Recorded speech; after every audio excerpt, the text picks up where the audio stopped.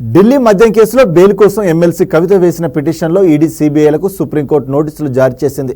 తదుపరి విచారణను ఈ నెల 20కి వాయిదా వేసింది. మధ్యంతర ఉపశమనం ఇవ్వాలన్న కవిత తరపు న్యాయవాదుల వినతిని తోసిపుచ్చింది. ఢిల్లీ మద్యం కేసులో అరెస్ట్ అయిన ఎమ్మెల్సీ కవితకు మధ్యంతర బెయిల్ ఇవ్వాలన్న ఆమె తరపు న్యాయవాదుల వినతిని కొట్టిపారేసింది సుప్రీంకోర్టు. ప్రతివాదుల వాదనలు వినకుండా బెయిల్ ఇవ్వడం సాధ్యం కాదని justice BR Gavai, justice KV విశ్వనాథులతో కూడిన ధర్మాసనం పేర్కొంది. ఆఫ్ అగ్రనేతలకు సౌత్ గ్రూప్ ద్వారా 100 కోట్లను ముట్టజెప్పి ఢిల్లీ మద్యం విధానాన్ని అనుకూలంగా రూపొందించుకొని లబ్ధి పొందారన్న ఆరోపణలతో కవితపై ఈడీ కేసు పెట్టింది. మార్చి 15న హైదరాబాద్లో ఆమెను అరెస్టు చేసింది.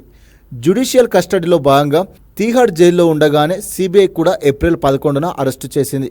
ఈ 2 కేసుల్లో బెయిల్ కోసం ఆమె వేసిన పిటిషన్లను మే 6న ఇక్కడి రౌజ్ అవెన్యూ కోర్టు తిరస్కరించింది. అనంతరం కవిత ఢిల్లీ హైకోర్టుకు వెళ్ళగా జూలై 1న అక్కడ నిరాశ ఎదురైంది. దాంతో కవిత ఈ నెల 7న సుప్రీంకోర్టును ఆశ్రయించారు.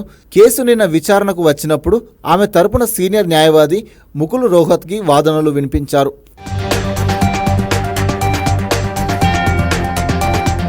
ఇదిలా ఉండగా సిబిఐ, ఈడీలు కూడా ఛార్జిషీట్లు దాఖలు చేశాయని సుప్రీంకోర్టు స్పష్టం చేసింది.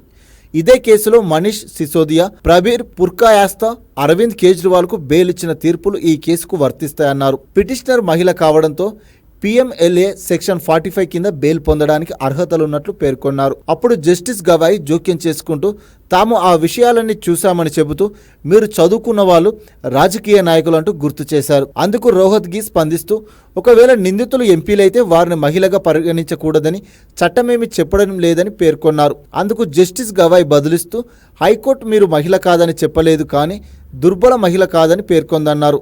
అందుకు ముకుల్ రోహత్గి స్పందిస్తూ సుప్రీంకోర్టు ఇచ్చిన తాజా తీర్పుల నేపథ్యంలో ఆ వాదనలేవి నిలవబోవన్నారు. ఈ వాదనలు విన్న అనంతరం జస్టిస్ గవాయ్ ప్రతివాదులకు నోటీసులు జారీ చేస్తామని చెప్పారు.